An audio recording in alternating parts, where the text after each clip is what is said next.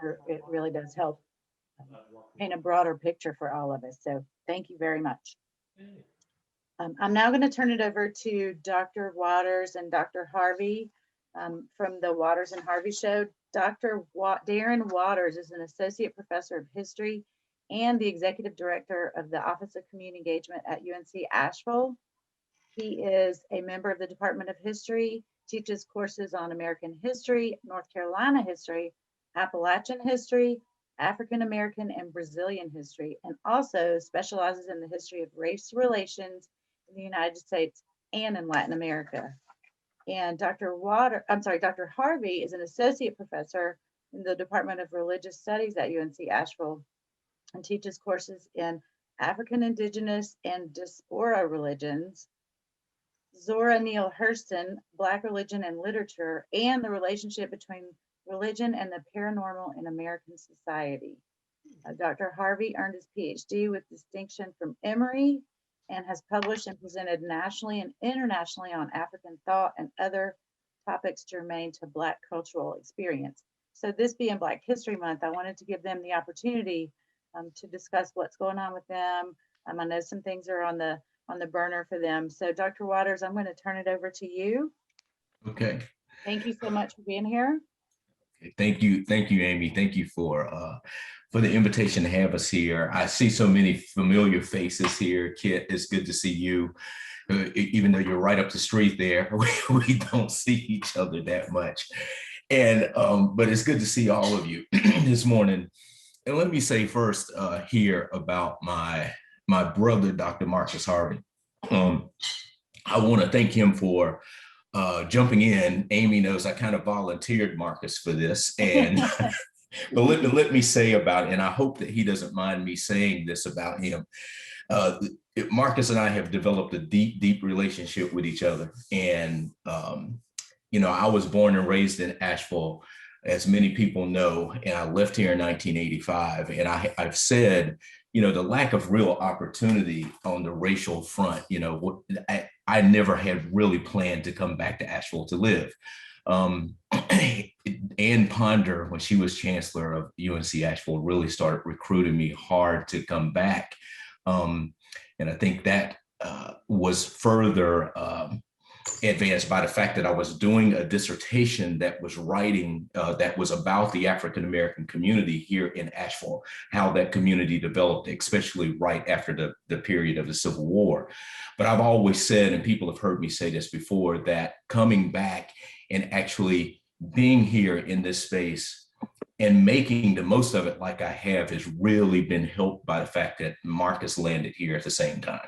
And because we share so much in common with each other, and the conversations that we have with each other in private are just as rich, I think, as the conversations we now have in public on the radio show. Marcus is also a deeply committed scholar. I tell him all the time, he is a scholar.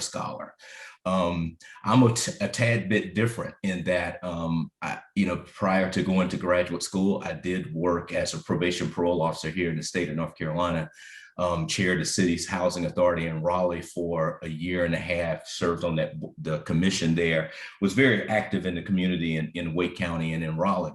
So I've always had somewhat of a public side to me, whereas Marcus is a bit more, in the classroom, doing research, writing. So for me to drag Marcus out to do this is a huge accomplishment. So I'm hoping that he'll enjoy just being able to engage with you all briefly. Now, Amy told me a bit about what you all have, the conversations that you all have been having.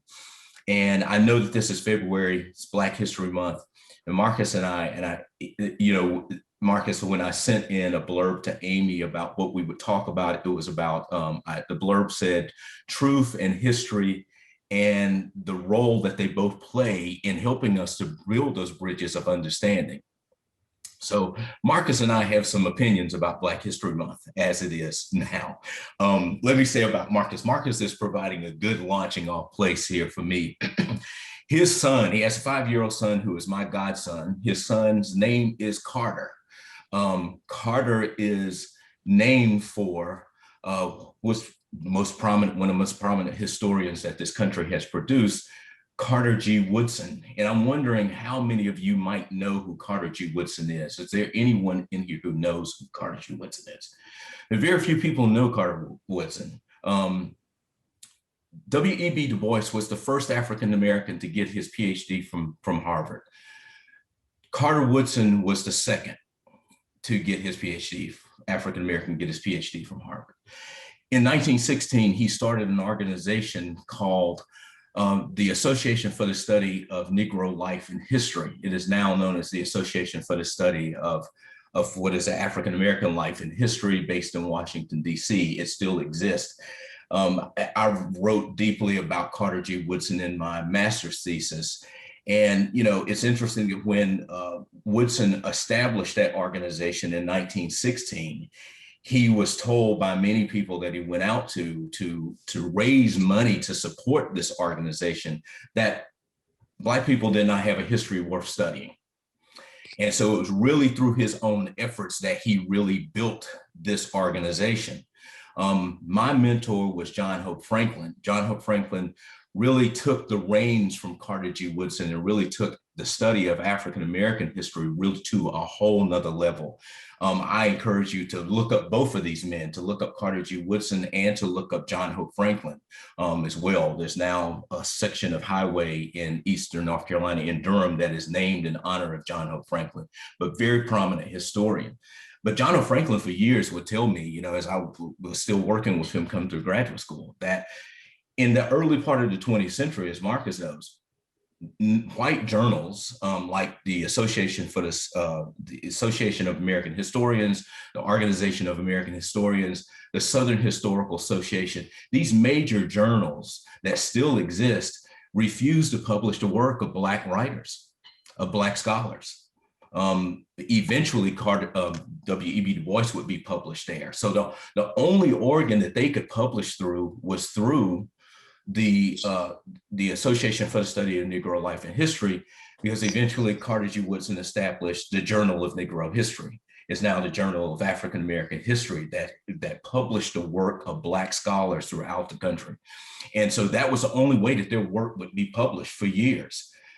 Now, in addition to establishing the association and the journal, Carter G. Woodson also created in the 1920s what was Black History Week, our Negro History Week. It was supposed to be just for a week in the month of February, where it was just a time when we could focus on, you know, try to get the nation, or at least the African-American communities, to focus on their own history, to know it, to understand it. Woodson is famous for having said, you know, a people without a history don't have much of a future. And this was, he was trying to really deepen at least the African-American community's understanding of it. Black History Week has now grown into Black History Month as we see it.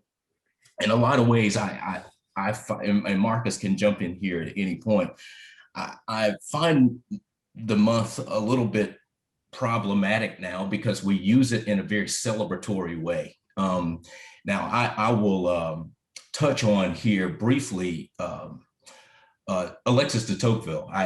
It's now become almost a joke because everyone knows, if they've heard me give a talk, that I'm always going to reference Alexis de Tocqueville. And if you haven't read Alexis de Tocqueville, I encourage you to do it, to read his 1935 work, Democracy in America. This work is still so relevant to where we are today that I have begun referring to Democracy in America as the textbook of America. If we as Americans want to understand who we are, I believe that's one of the most important texts to go to. De Tocqueville was from France, and sometimes it takes an outsider coming in to really give a good assessment of who we are. And one of the things that de Tocqueville said is that Americans in general are essentially ahistorical people. They don't think about history.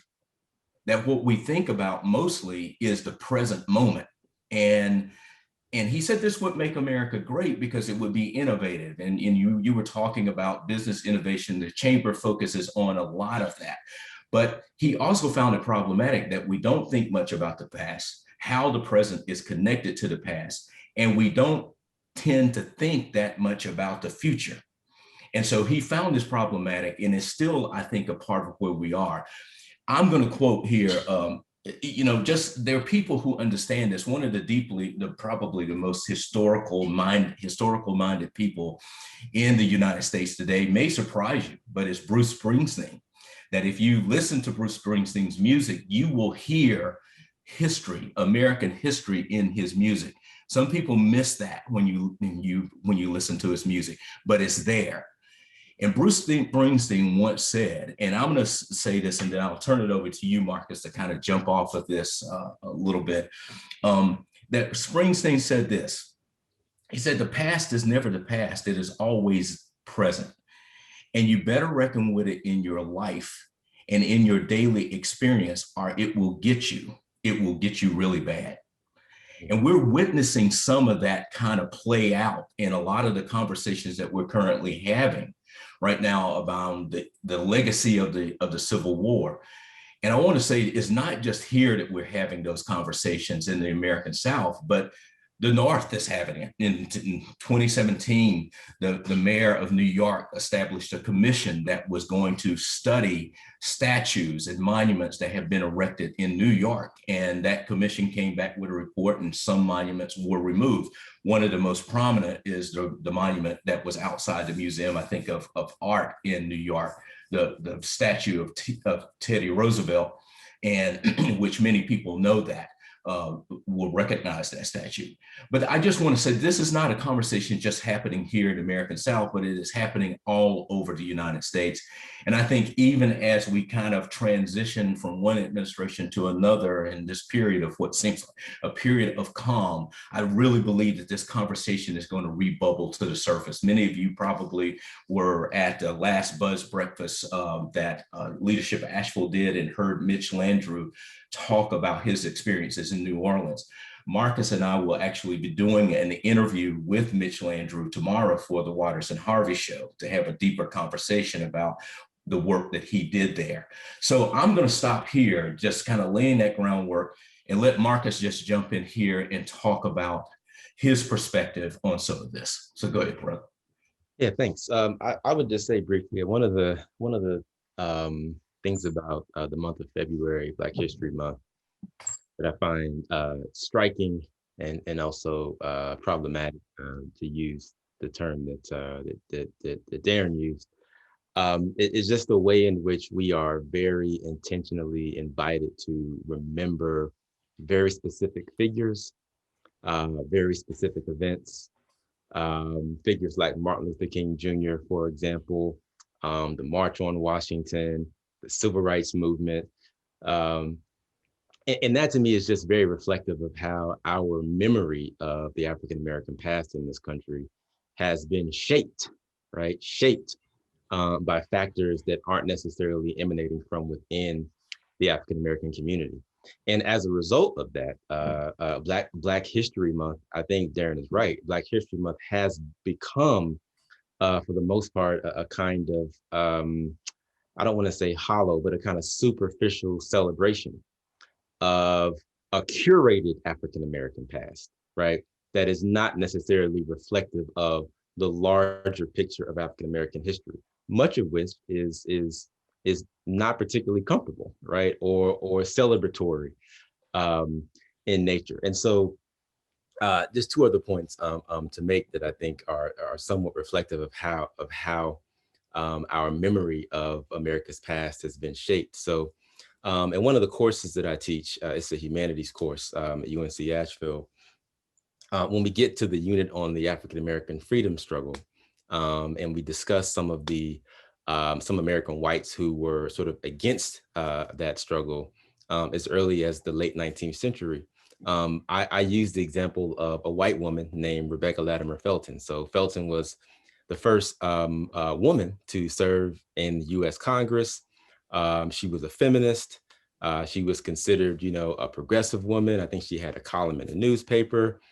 She was involved in organizing the World Fair in the early 1900s.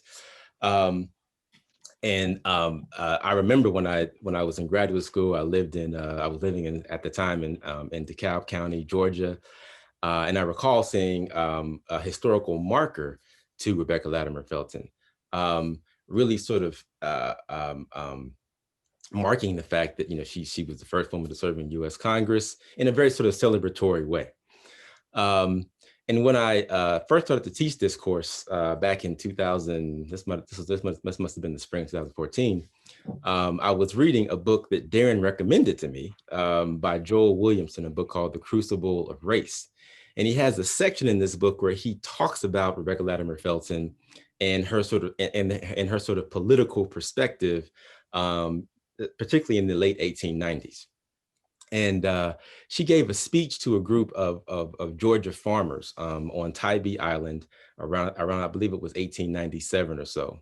And she was very, very concerned about what she considered to be the threat posed by free African American men, particularly to white women. Right? She saw Black men as sort of a threat to the sanctity of white womanhood, and so she was urging these Georgia farmers very vehemently in the late 1890s to protect your mothers, protect your aunts, protect your daughters, protect your nieces by any means necessary, even if this means, and this is a direct quote from her speech in the 1890s, even if it means lynching 1,000 Black men every week, right?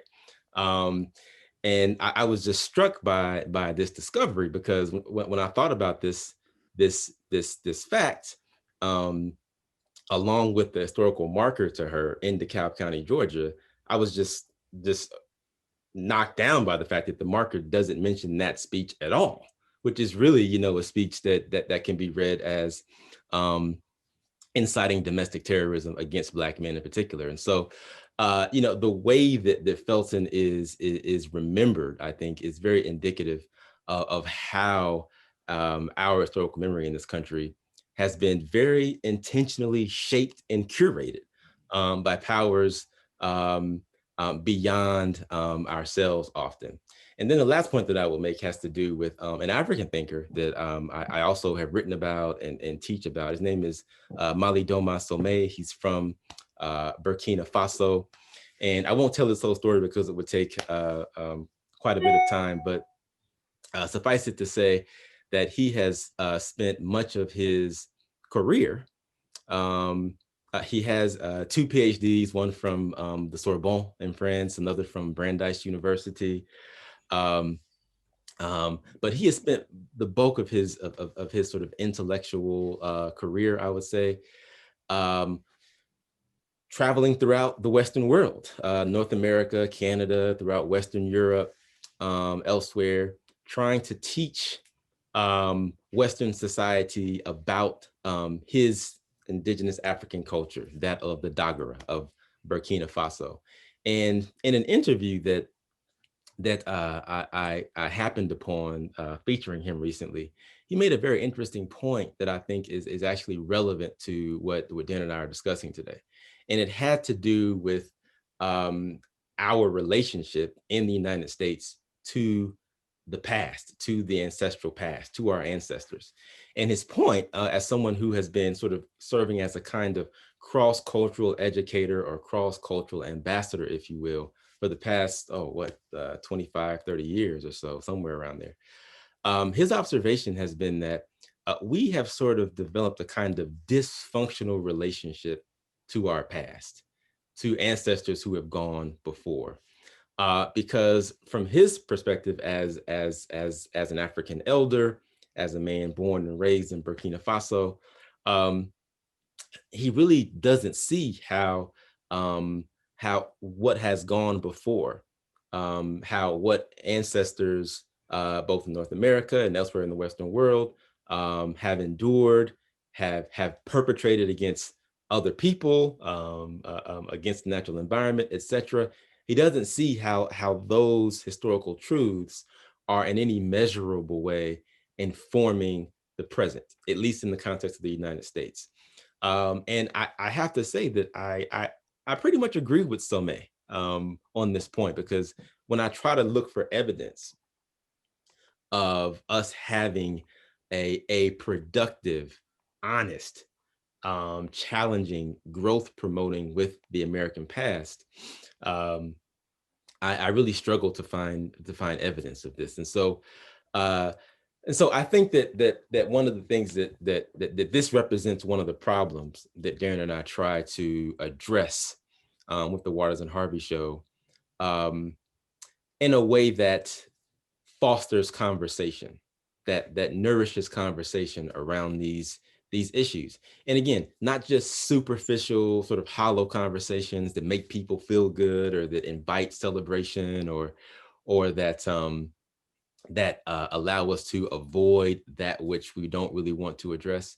But in fact, the opposite, right? Right. Conversations that do all of those things, um, in hopes of really helping us to imagine and then work toward a better future, a better social future, a better political future, a future characterized by really sort of treating one another with more humanity, and also a future characterized um, by by cross-cultural understanding, interracial understanding, and things of that nature. So I think, having said that, I will stop there and turn things back to Darren. Marcus, thank you. So you can see how we can have such lengthy conversations on the Waters and Harvey show. So we hope that you all have had a chance to hear the show, and that if you can find it on Blue Ridge Public Radio. Marcus and I think when we go into the studio tomorrow, well, we'll be in our home offices doing this via Zoom. We will be recording show 85. So there are 85 conversations that I think that I think Marcus would agree. I think you will enjoy listening to those conversations because they range across the board. Marcus and I now, and I'll say this, Amy, and then I'll turn it to you to see if there are any questions. We have been privileged to really work with someone who, I know Kit, you all, and the chamber know very well. George Groom and Colton and Groom have been very big friends to Marcus and I. George is now helping us because Marcus and I now really, and I told Amy this, and this would give us an opportunity to talk to you all about that. We are now in the process of developing a plan to really launch the Waters and Harvey show as a national show. So George Groom and Colton and Groom is very actively involved in that work. We invite others who might want to be involved in that work to kind of join us. One of the things that Marcus and I have done over the holidays, working with George Groom and a few other people, is we've created a nonprofit called the Institute for the Promotion of Human Understanding. The Waters and Harvey show is the first and main kind of flagship program of that institute. We're going to be looking at other pieces and things that we can develop around that work. But Marcus and I are deeply committed to building these bridges of mutual understanding. And we really believe that will come through conversations like the ones, Amy, that you said you all are trying to have in this group. And Marcus, we don't have time for it here, but if you listen to one of the shows we're in partnership with the Wild Acres Leadership Initiative and the William Friday Fellowship as well. And we've been doing a series of shows that are interviewing some of the fellows who are part of the 2020-22 class across the state of North Carolina who are doing interesting work in their individual communities. And one of the things that Marcus has said in one of those shows that we did about how relationships are developed, and that story really is the gateway into developing type of relationships that are going to matter and that are going to help us to really build those bridges of mutual understanding rather than bridges of resentment. So I will stop there. Marcus, I really appreciate you joining us today. And Amy, if Amy is still there, if there are questions, we'd love to just hear from you. Great. Thank you so much. Thank you. I appreciate both of you being here and talking about how Black history is treated as sort of a celebratory. However, it's nice to bring to light conversations in the history, the good and the bad. It's a celebratory that it is being brought into conversation at this point. We talk about what we want to talk about, and then we also, Marcus, I appreciate you saying we talk about, excuse me, what we don't, excuse me, what we don't necessarily want to talk about. Bringing that to light helps shape the conversation. Speaking of conversations, there are many going around in Asheville right now. Asheville is a great place to have many opportunities to be involved. So I do want to open the floor. Does anyone have any questions or any comments they would like to make to Dr. Waters or Dr. Harvey? Kit, thank you for your comment, Kit. I saw it in the chat. Yeah. Okay. Give everyone the name of the institute you're working to develop. It is called the Institute for the Promotion of Human Understanding. The website is being built. And Amy, I will share the website, the web address with you, yes. So that you'll have it. That is in the process of being built now, and it's a fun project. I don't think that Marcus neither one of us ever thought we would be involved with something like this. But you know, it's been great to get to know George Groom. You know, as someone who has just said, you know, he's expert at business, but he said, you know, there's some deeper understanding there, and that I want to have. And so we have been having ongoing conversations for such a long time. And I really do think that what Marcus and I have done, you know, you all probably know this. Those of us who are in the academy sometimes have the tendency to remain inside the walls of the academy. We don't engage outside that space. And that was one of the reasons why Marcus and I did the show, because we said, okay, you know, we're having really rich conversations inside this bubble, and it is a nice bubble. I mean, so many of us as academics live inside a bubble. And I think my awareness of what goes on in, as some of us might want to say, the real world, came from my experience in Raleigh as a probation parole officer, working as a social worker for so long. In fact, that was what prompted me to go back to graduate school, because I really realized that people didn't have a real good sense of identity, especially the younger Black kids that I had on my caseload. There was this lack of awareness of who they were. And this, you know, and then to think that as early as 1916, that Carter G. Woodson is trying to address this, but we still have these problems today. And I would say, you know, what Marcus said here is just an opportunity about how history has been shaped. And if you look at the American South and how it has been shaped, sometimes I go into classes now when I teach classes, I really don't have to give a lecture. I'll just go to primary documents and just start quoting from the people who have lived this experience, what they've had to say, and to just put it out there and let people think. But many of you may know that after the Civil War, you know, the former Confederate soldiers and members of the Union, the Grand Army of the Republic, they would get together in these kind of reunions. And David Blight, you know, the historian at Yale, who we had here a few years ago, Marcus and I interviewed him on the Waters and Harvey show, just won the Pulitzer Prize for his autobiography of Frederick Douglass. Highly recommend that book. These soldiers from the Confederate Army and the Union Army would get together in these reunions that they would have all the time. You know, in 1913, at the 50th anniversary of the Battle at Gettysburg, the President Wilson was there for that, you know, and they talked about how the country had reunited, had come back together, had bridged its divide. And as David says, yeah, that happened, but at the expense of justice for African Americans. Because we look at Reconstruction and how Reconstruction unfolded, which we're dealing with right now, you can see it. But as these armies would come together in these reunions, one year they had, in 1900, they had one of these reunion meetings in Atlanta. And the one Union soldier, Shaw was his name, came down and he gave a speech, and he talked about how Southerners were trying to control the textbook and the narrative, especially around the Civil War. And he criticized that. And he said, you're really drinking your own poison by developing this kind of lost cause narrative that's not true. In response, John B. Gordon, who was a general in the Confederate Army, he stacked the weapons at Appomattox when the war ended.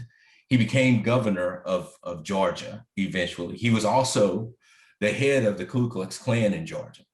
He got up and responded to Shaw. He protested, and I'm just going to read just a brief statement of what he said about the criticism that they were wrong in trying to control and develop what was essentially a mythology around the war. And Gordon said this in 1900. He said, when he tells me and my Southern comrades that teaching our children that the cause for which we fought and our comrades died is all wrong, I must earnestly protest. In the name of the future manhood of the South, I protest. What are we to teach them, he asked. If we cannot teach them that their fathers were right, it follows that these Southern children must be taught that they were wrong. I will never be ready to have my children taught that I was ever wrong, or that the cause of my people was unjust and unholy. Oh, my friends, you were right, but we were right too. And there you have the shaping of the narrative that people are reacting against now. And unless we do what you all have been doing in this room together of trying to engage serious conversations and think about this in a serious way, the way that Marcus actually argues, and we all argue that we should in conversations, serious conversations, I think we will continue to see these kind of ruptures in our society as we go forward. So, I'll leave it there. But, again, if there are any questions, you know how to get in touch with Marcus and I. We were happy to field any questions that we can. We hope that some of you had the opportunity last Thursday. We did the first live broadcast of the Waters and Harvey show. And it was broadcast via Blue Ridge Public Radio's YouTube channel. We had 6 people to talk about the whole issue of civic engagement. We had Dr. Chris Cooper, Ashley Maraguas, who from UNC Asheville. We had 2 of UNC Asheville High's brightest students, Seth Bellamy and Miranda Williams. And then we had Dr. William Turner and Tracy Green Washington. And it was it's on Blue Ridge Public Radio's YouTube channel now, so you can go and watch it. But Marcus and I are excited just for the opportunity to just come and talk to you about what we're doing and just finding ways to continue to strengthen and support our community. You have partners in that work. Great. Thank you. Yes, thank you so much. I want to make the comment you're talking about George Groom. I actually am a fan of George Groom myself. And I think he and his company and his colleagues do a great justice to making connections of, as he says, he's a business person. He knows how to do business. And you know how to do Black history and what the struggles have been and how we got to where we are now and how to marry those two to make for a better and more just future, that we're on a better playing field, if you will. So I really appreciate that comment that you're involved with them as well. Are there any other comments? I saw one about, let me see. Fundamental, do you challenge us to ponder and take away, given our recent current times? What fundamental do you challenge us to ponder and take away, given our recent current times? Marcus, I'm going to let you take that one. What fundamental would you? I'm going to let him take it because he's always challenging me. And take away, given our recent current time. Wow. Just a small little token there. Yeah, that's a great question. I would probably invoke here two questions that we've been raising on the show, and I think Darren would probably agree. Yeah. And those questions are, who are we, and who do we wish to be, right? Thinking about the events of January 6th, the insurrection, what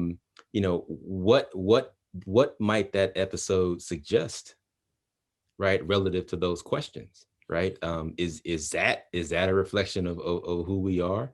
Is that a reflection of who we wish to be? If it is not, then how do we begin to inaugurate conversations around why that is not who we imagine ourselves to be, and why that is not who we wish to be? Those conversations will require, going back to a point that Darren made a moment ago and that I made on the show multiple times, that will require a kind of vulnerable, empathic sharing of story, right? Across the boundaries of difference, across the boundaries of experience. And so I think I would respond that way to this question, at least preliminarily. Mm-hmm. And I would concur, Amy, with that one. Yeah. Those have been recurring questions in the latest shows that we have been doing. Marcus and I said we should have copyrighted the questions, because I'm hearing so many other people raise these questions as well. So I think they're worth considering. And Marcus, I'll just add before we go here that when we developed those questions in the latest series of shows that we've done, and they keep coming up. I remember in the initial show when we were sitting and doing show prep for this, Marcus actually raised another question. And the other, and I think is also important in that conversation is there a we?